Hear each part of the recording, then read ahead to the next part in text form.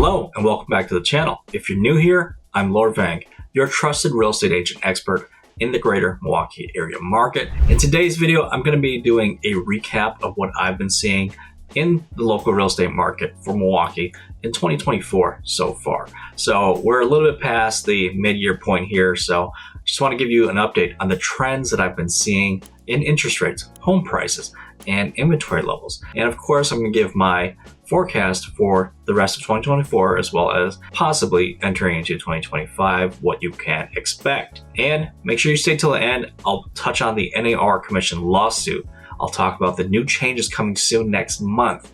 So whether you're a buyer or a seller, stay till the end so that you know how to prepare yourself for the coming changes in the industry here. So without further ado, let's get into this video. All right, so let's start off with interest rates for 2024. How has that been trending? Well, if you recall, we ended 2023 pretty good. Rates looked like they were trending down, they were dropping, and we were hoping and praying that the rates at some point in 2024 would drop below the 6% mark and make homes a little bit more affordable for buyers. However, in actuality, from what I've been seeing from my clients on what they've been able to qualify for to buy a home throughout the year so far, rates seem to be stuck. They're stuck between the low 6% to the low to mid 7s. And keep in mind that this year in 2024, it is an election year. And so historically, rates tend to be relatively stable, meaning that the starting point of whatever the rate was in 2024, at the end of 2024, it pretty much ends up to be relatively the same. So with that said, for the rest of 2024 here, I don't really see interest rates dropping or moving too significantly. Even if it does go up slightly, I think it's going to stay between that 6 to 7%.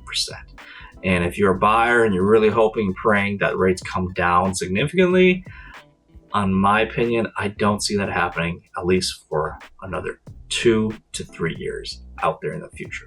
All right, so let's move on to home prices. How has that been trending for 2024? Well, for most major metros, home prices continued to increase for the year. The national forecast is that by the end of 2024, homes will have increased by at least 3% on average. However, we all know that real estate is local. So whatever's happening in Seattle, us in Milwaukee here, we don't care. It's not going to affect us.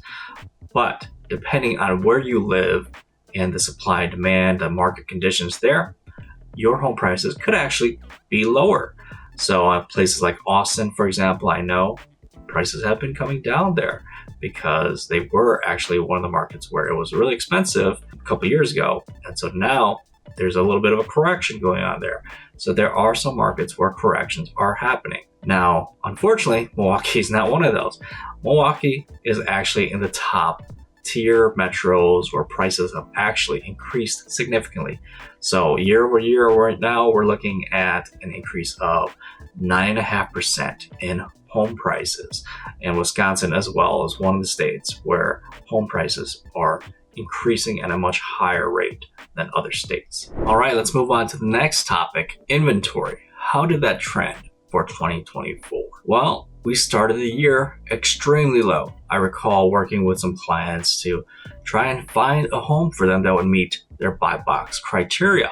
We'd be in the MLS, looking every day, day after day, week after week. We would be lucky if we saw about 3 new homes that showed up that actually met their criteria, and it was pretty rough. So I told them, you know what, just be patient. As we get closer to spring here, March, April, May, inventory is going to come. And spring market definitely delivered. And currently right now, we're sitting around plus 15% inventory year over year. So some of that, of course, has to do with probably the clients, the sellers out there being used to the new normal. So the 6 to 7%, it's the new normal rate. If you are a seller and you have currently a 2 to 3% rate, of course, you probably more likely don't want to give up that rate, right? You don't want to trade a home with that kind of rate to go exchange it for even more pricier home or even a less expensive home at a 6 to 7% rate. It's just doesn't make sense, correct? But what ends up happening is life. life happens. If your family outgrows your home, guess what? You need a new home. You're going to have to get one. So you're going to have to put your home on the market. Or if you're changing jobs, changing city locations, things like that, right? So you're going to have to sell your home. So you're just adding to the inventory on the market. If you're elderly or you're downsizing your home, or, people just pass away. That's what life does, right? So that helps to create that inventory that we really need in this market.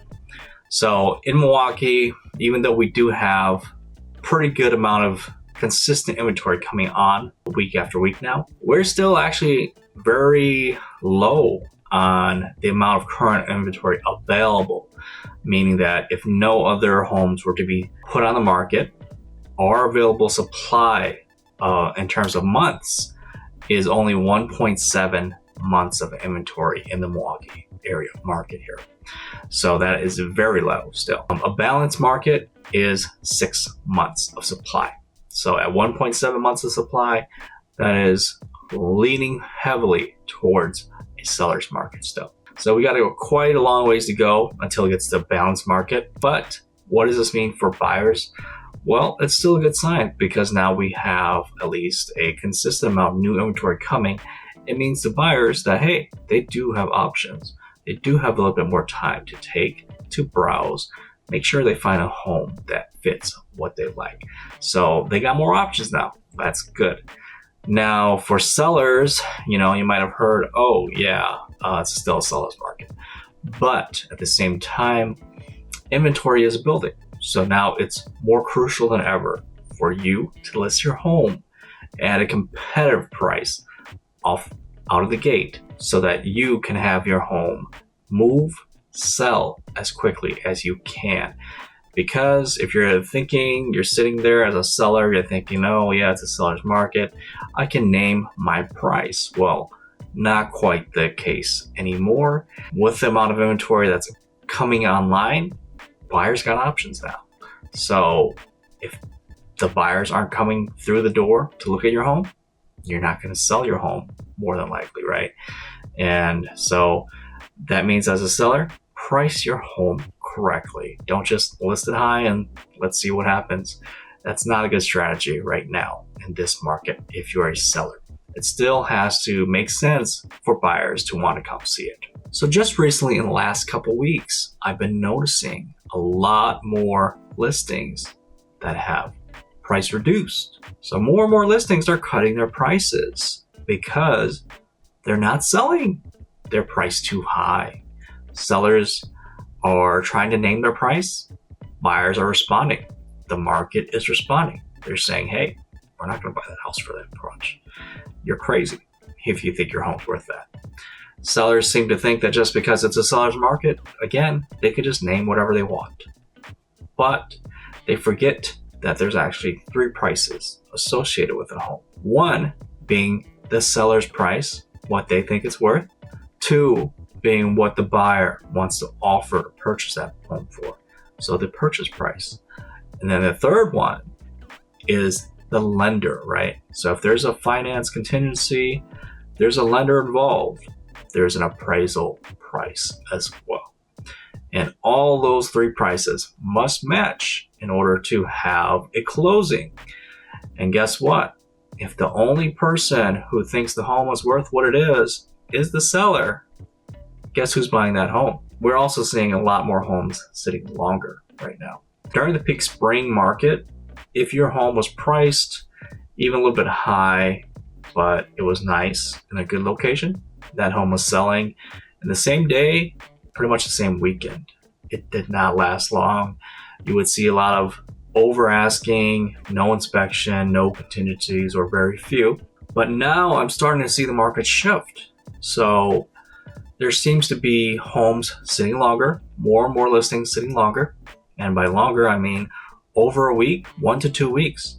So if you're a seller in a seller's market and your home's sitting at a week on the market, you might want to start planning to make some adjustments. Now, if it's 2 weeks, it's definitely time to make some adjustments. And if you're at a month on the market and you still have no offer, or very few showings coming through your doors, it's definitely time to make some corrections. So we are heading towards the dog days of summer and fall, right? So traditionally, the slower season. So families are going to go on vacation, get that last vacation before the kids go off to school. Buyers are going to start to go on vacation mode, right? So competition is going to be a little bit less. So yeah, homes will probably more than likely sit a little bit longer here, going on out. As far as inventory goes for the rest of 2024, hopefully due to the new normal, sellers getting used to this new rates, well, hopefully the amount of inventory that ends up hitting the market, it does stay at a positive rate. So the last topic of the video, as promised in the beginning, is a touch on the NAR Commission Lawsuit results. How is that going to affect the real estate industry for you as a seller or a buyer moving forward? So beginning August 17th, there's going to be some changes going to effect. If you're a seller, you will now start to negotiate specifically for potentially two sets of commissions, right? So the first will be for your listing agent, the agent who's going to help you sell your home.